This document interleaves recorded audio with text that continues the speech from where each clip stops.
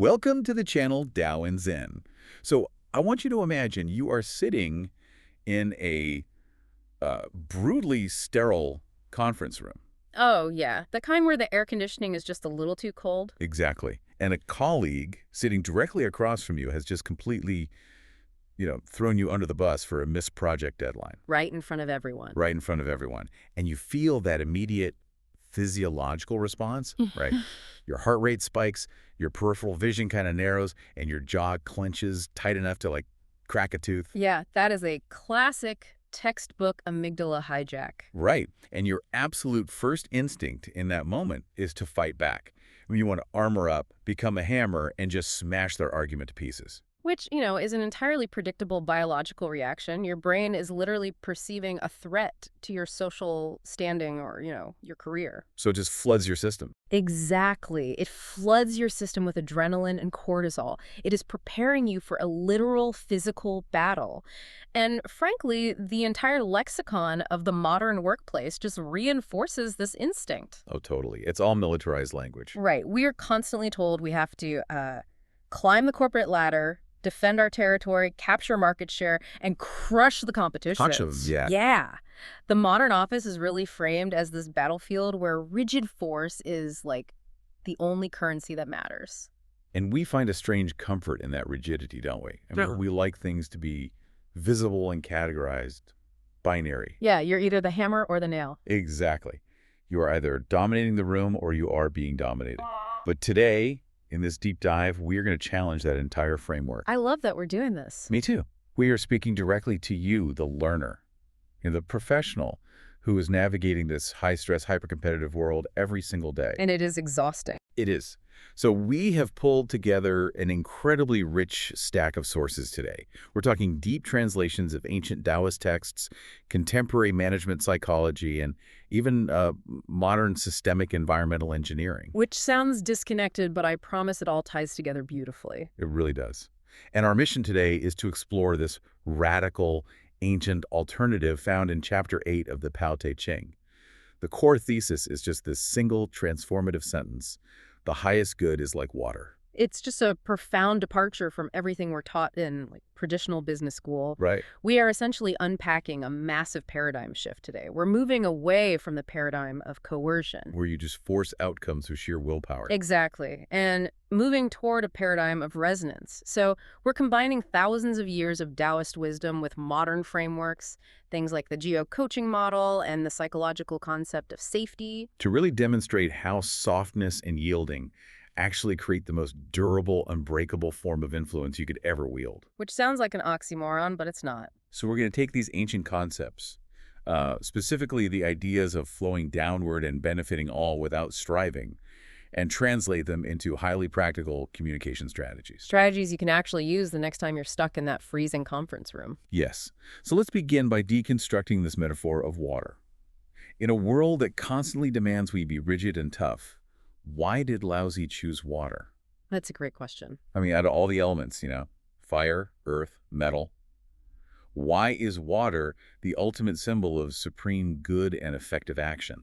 Well, the sources break down Laozi's observation of water into three really specific functional dimensions.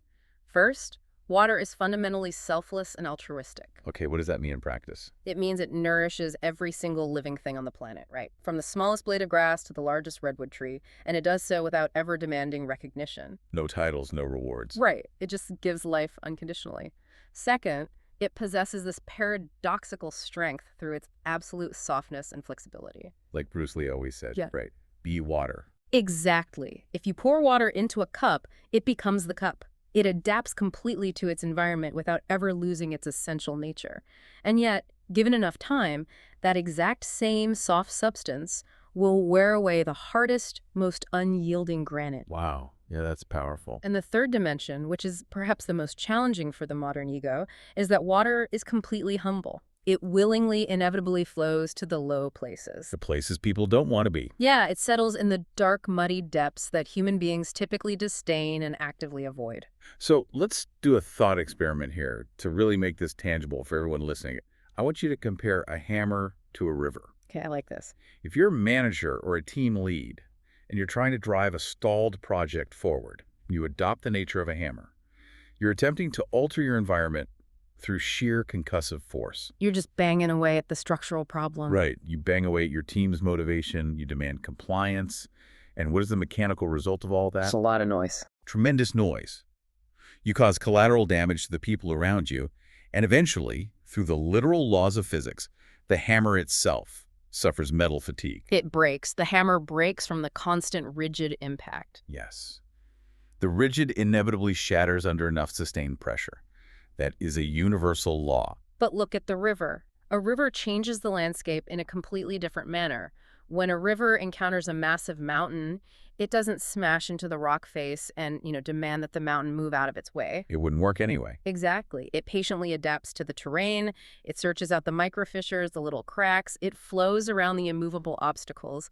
And over millennia, that soft, yielding, flexible water carves out the Grand Canyon.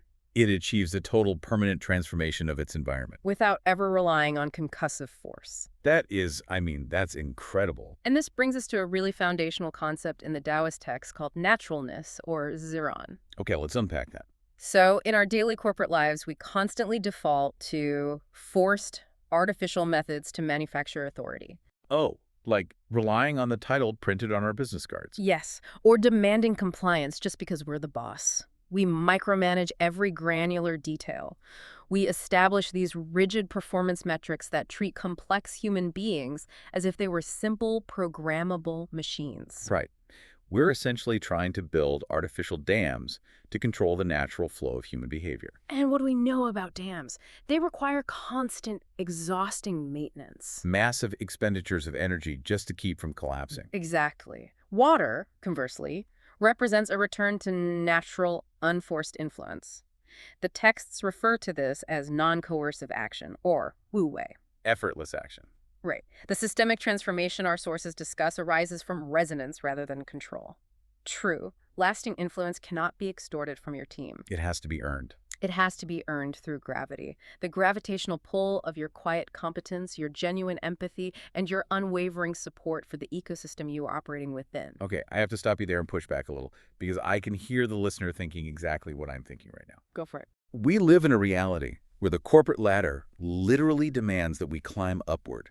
We are evaluated on our ability to elevate ourselves, get the promotion, negotiate the higher salary, and, get the corner office. Right. Upward mobility.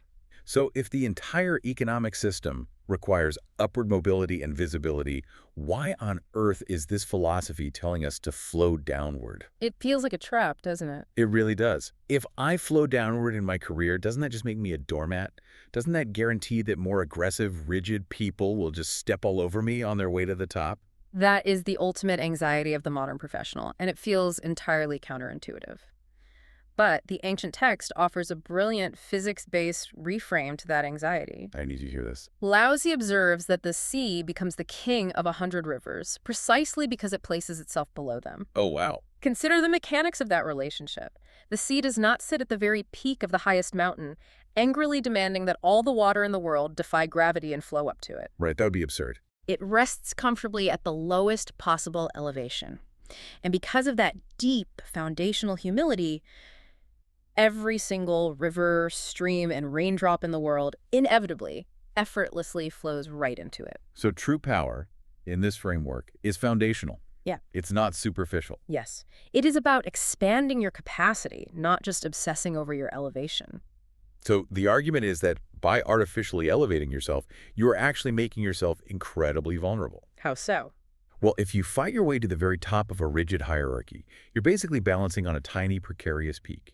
You have to spend all your energy defending that tiny spot from everyone else who's trying to climb up and knock you off. Precisely. You become paranoid, you become defensive, but when you position yourself as the foundational support, when you become the C, you become structurally indispensable to the entire organization. You aren't a doormat. No, you are the bedrock. You are the basin that holds everything else up. That is a fascinating conceptual shift. But, we really need to see how this survives contact with a typical Monday morning. Let's make it practical. Yeah, let's transition from the philosophical to the highly practical. We need to look at water's first functional trait, the idea of benefiting all things without striving. Benefiting all without striving. Right. How does nourishing an environment without competing actually solve the day-to-day management and communication failures we all experience? Well, to understand the cure, we first have to rigorously diagnose the disease. Our sources highlight that traditional directive management. The classic industrial model. Yeah, the I am the boss, I tell you exactly what to do, and you execute it without question model. It is fundamentally broken when applied to modern, complex, knowledge-based environments. Absolutely. The research points out 5 specific communication traps that rigid leaders constantly fall into. Okay, let's go through them. First, vague expectations, where the leader just assumes their internal vision is obvious to everyone else. Second, one-way dictation, where there is zero feedback loop. Just barking orders. Right? Third is emotional interference, where a leader's stress or anger clouds the actual objective. Fourth is a complete lack of active listening. They just wait for their turn to speak. Exactly. And fifth is a one-size-fits-all approach that completely ignores the diverse psychological needs of different team members. Let's ground this because I think everyone listening has either worked for this boss or in our less proud moments, we have been this boss. Oh, definitely. You bark a directive at a junior employee. You tell them exactly how to format the report, exactly who to email, exactly what to say. You give them a really rigid, narrow channel to flow down. And then what happens? Then come back 2 days later, the report is completely wrong, the client is confused, and your immediate reaction is to blame the employee for being incompetent. And yet the failure was entirely in the rigid dictation. The Taoist alternative to this scenario is a concept translated as teaching without words and accomplishing without claiming credit. Now, we need to be clear here. Teaching without words does not mean you sit in your office in profound, mystical silence and just hope your team magically figures out the quarterly projections. No, not at all. It means teaching through embodiment. It means creating an environment where the right behaviors are natural rather than coerced. Let's tie this directly to the concept of striving. The text says water benefits all things, but it specifically does so without striving, without impeding. Right, because striving is the engine of friction. Explain that. When you strive against your colleagues, when you compete with them for the CEO's attention, or fight to control the narrative of a project, or desperately try to claim all the credit for a success, you instantly trigger their psychological defense mechanisms. Their amygdala lights up. Exactly. They put up their armor, they stop sharing information with you. But when you shift your entire focus to benefiting the ecosystem, Like what? like when your daily goal becomes removing administrative obstacles for your team, freely sharing your budget or your contacts, ensuring they have the absolute best resources to thrive, you completely neutralize the competitive friction. You literally disarm them. Yes, they put down their weapons because there is absolutely nothing for them to fight against. You're simply nourishing them. This maps so beautifully onto the modern psychology of executive coaching. Our sources draw a direct line between these ancient principles and the Giro coaching model. Oh, the Giro model is heavily used in organizational psychology today. Yeah, Giro is an acronym. Goal, reality, options, will. And if you look at the mechanics of this model, a manager who uses Giro is acting exactly like water. Let's break down the mechanics of why that is. Why does coaching work where dictation fails? Well, let's go back to our hypothetical boss. The rigid manager acts like a concrete dam. They block the employee's natural thought process and force them down an artificial predetermined channel. Do the report exactly this way. But the coaching leader, the one acting like water, uses powerful open-ended questions to guide the flow of the employee's intellect. So they start with the goal. Exactly. Yeah. What is the ultimate objective we are trying to achieve for the client here? Then reality. What is the current situation and what specific obstacles are you running into? And options. If budget and time were not an issue, what are 3 different ways we could solve this? And finally, Will, what is your immediate next step and how can I clear the path for you? If we look at the neurology of what you just described, it's brilliant. When you give someone a rigid command, you almost always trigger resistance. Because people naturally want autonomy. Yes. But when you ask a powerful question, you bypass the emotional threat response and force their prefrontal cortex, the logical, problem-solving part of the brain, to engage. You are literally nourishing their intellect. You are benefiting them without striving to impose your own ego or your own preconceived solution onto their project. You are creating the banks of the river, but you're letting them provide the current. I mean, think about this in your own life. When someone just hands you the answer, you might complete the task, but you haven't really learned anything. You've been fed for a day. Right. But when a mentor uses the GRO model with you, when they act like water and patiently guide your thinking, you gain a deep internalized understanding of the process. You learn how to fish. And this leads to the ultimate metric of success in this philosophy. Lovezy writes that the highest, most evolved form of leadership is completely invisible. Invisible leadership. When the massive project is finally completed, when the launch is successful, the team doesn't turn around and worship the leader. The team looks around and says, "We achieved this entirely ourselves." We achieved it ourselves. Oh. True influence leaves no fingerprints. The team feels a profound, empowering sense of ownership because you didn't strive to claim the credit. You accomplished the goal without claiming the glory. That is the holy grail for any executive building a high-performing team. But getting to that point requires a massive, uncomfortable shift in how we view our own ego and our need for validation. It really does. Which perfectly leads us into the concept of flowing downward to build trust.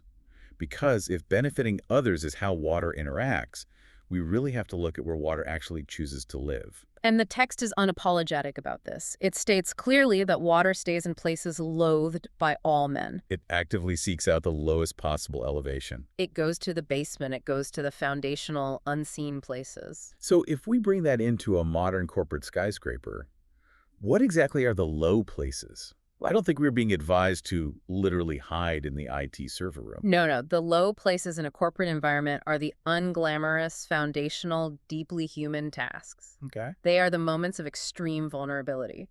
The low place is the willingness of a senior vice president to look a junior analyst in the eye and say, "I made a critical error in my calculations yesterday, and I apologize for the extra work that caused you." That's powerful. The low place is the conscious, deliberate choice to elevate your team members to the podium during the most important presentation of the year while you sit in the back row as the unseen support structure. And most professionals absolutely loathe these positions because they crave the spotlight. They're obsessed with occupying the high ground. Exactly. This connects directly to a massive concept in modern corporate governance and team dynamics: psychological safety. Amy Edmondson's research at Harvard. Yes. Her research really codified this, and our sources heavily rely on it when discussing how systemic transitions actually occur in real organizations. So psychological safety is defined as a shared belief within a team that it's safe to take interpersonal risks. Right. It's the belief that you won't be punished, humiliated, or marginalized for speaking up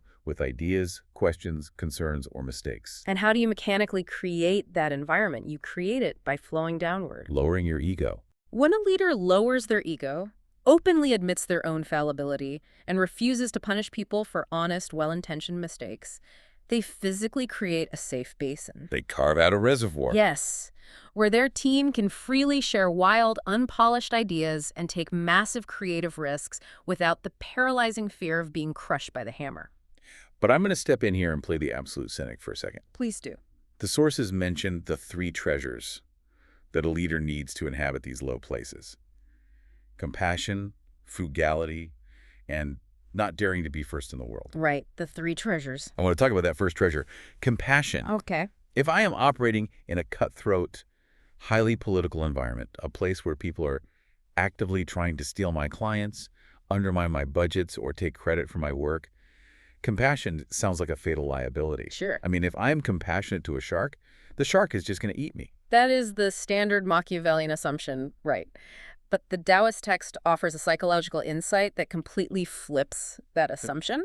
It states, compassion leads to courage. Compassion leads to courage. This is not just sentimental poetry, it's a profound psychological mechanism.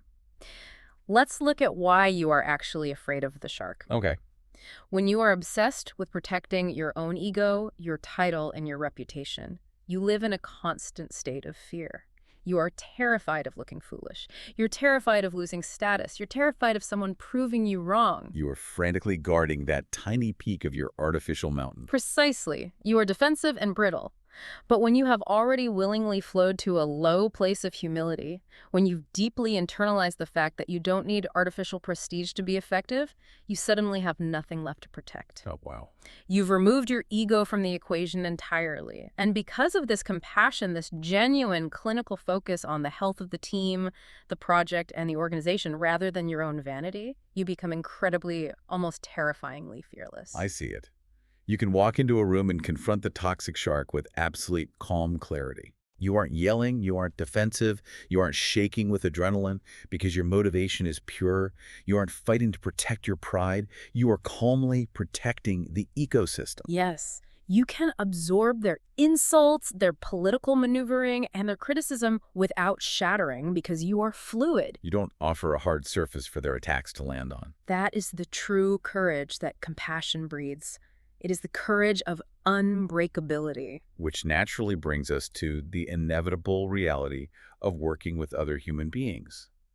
Conflict. It's unavoidable. Because you can act like water all day long. You can be humble, you can use the GOW model, you can be compassionate, but eventually someone is going to bring fire. Someone is going to launch an unprovoked attack. Right. How do we handle that? The sources take us deep into Laozi's military philosophy, which is just fascinating to apply to office politics. It's incredibly applicable. During the Warring States period, when military strategy was completely obsessed with aggression and conquest, Laozi's anti-war theory was radically disruptive. What did you say? He states categorically, weapons are inauspicious tools.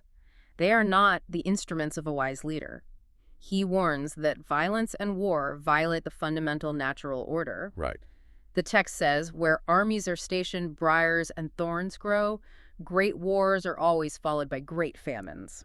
If we map that devastation onto the 21st century cubicle, the equivalents are obvious. What are they? An aggressive screening argument in a status meeting, or, a passive-aggressive reply-all email chain where you strategically copy the vice president just to humiliate a colleague. Spreading a rumor by the water cooler. Exactly. These are the modern equivalents of deploying troops and firing weapons. They absolutely are, and the systemic fallout is identical. Let's say you engage in that reply-all email war. Let's say you are factually, objectively right. You intellectually destroy your colleague in front of the entire department. You win the battle. But what is the actual cost of that victory? The relationship is dead. It's completely salted earth. Yes. Trust is permanently destroyed. And the project inevitably suffers a famine of collaboration. That colleague will never willingly help you again. And other departments will see how you operate and actively avoid working with you.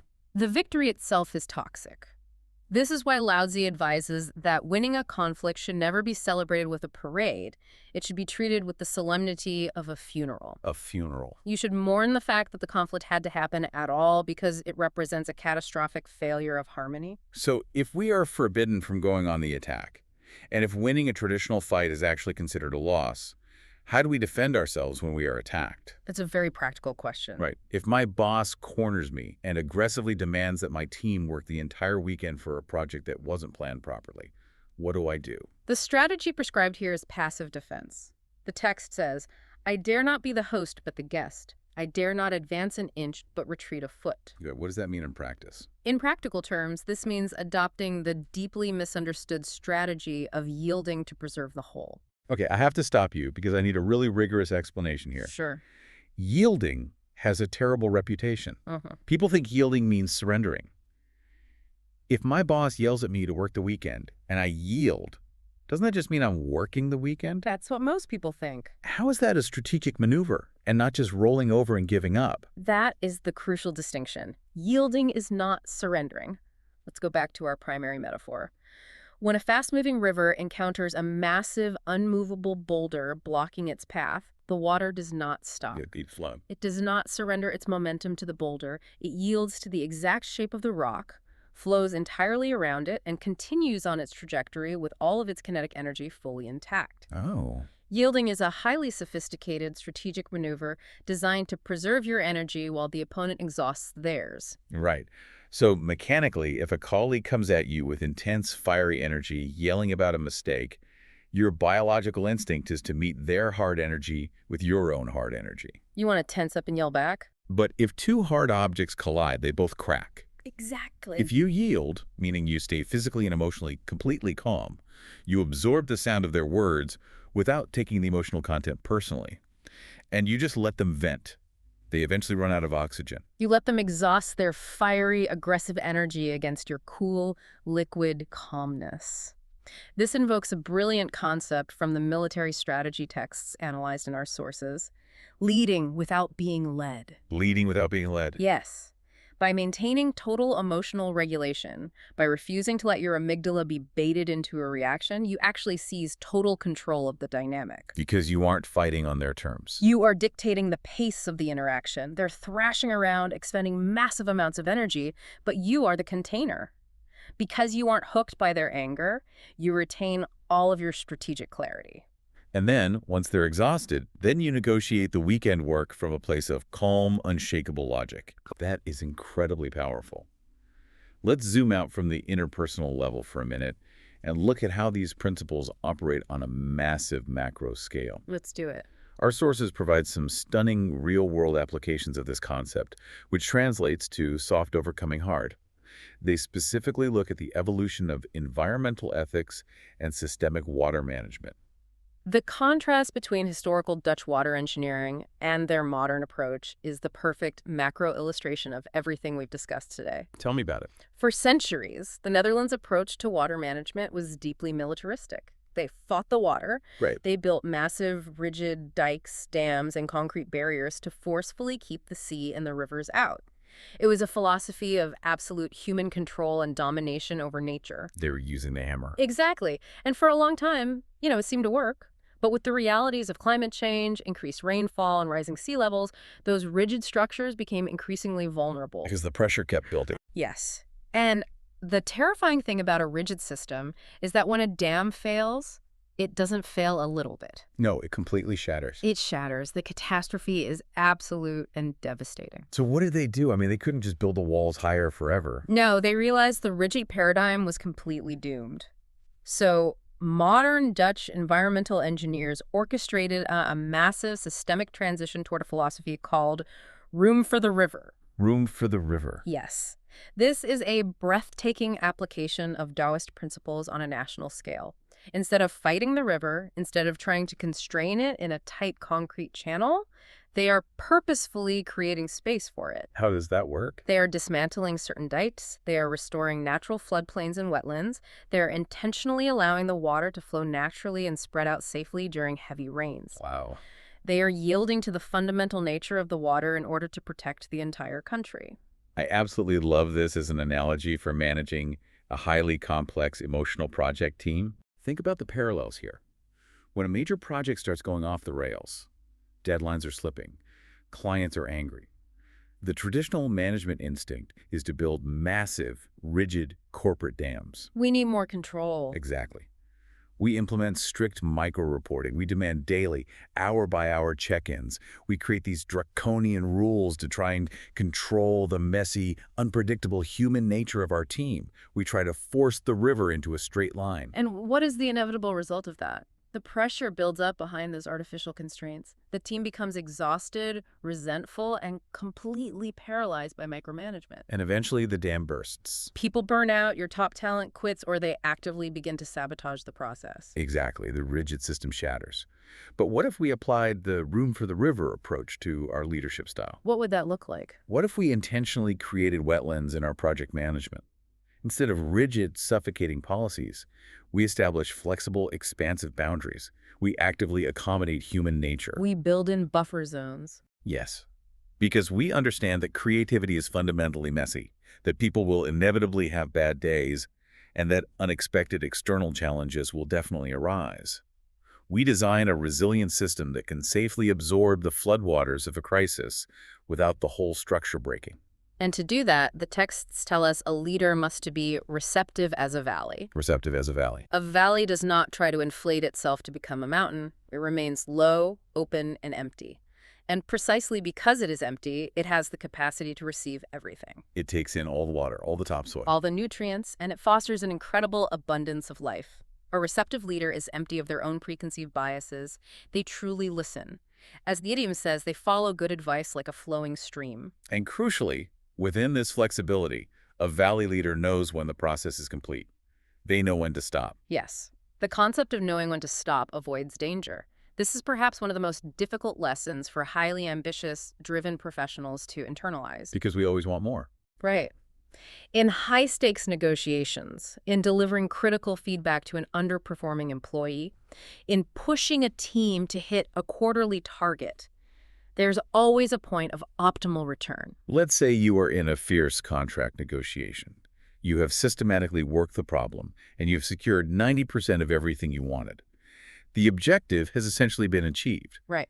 But your ego, that striving competitive instinct we talked about earlier, it just screams at you. Don't stop. Crush them. Get the last 10%. Make them bleed so everyone knows you won.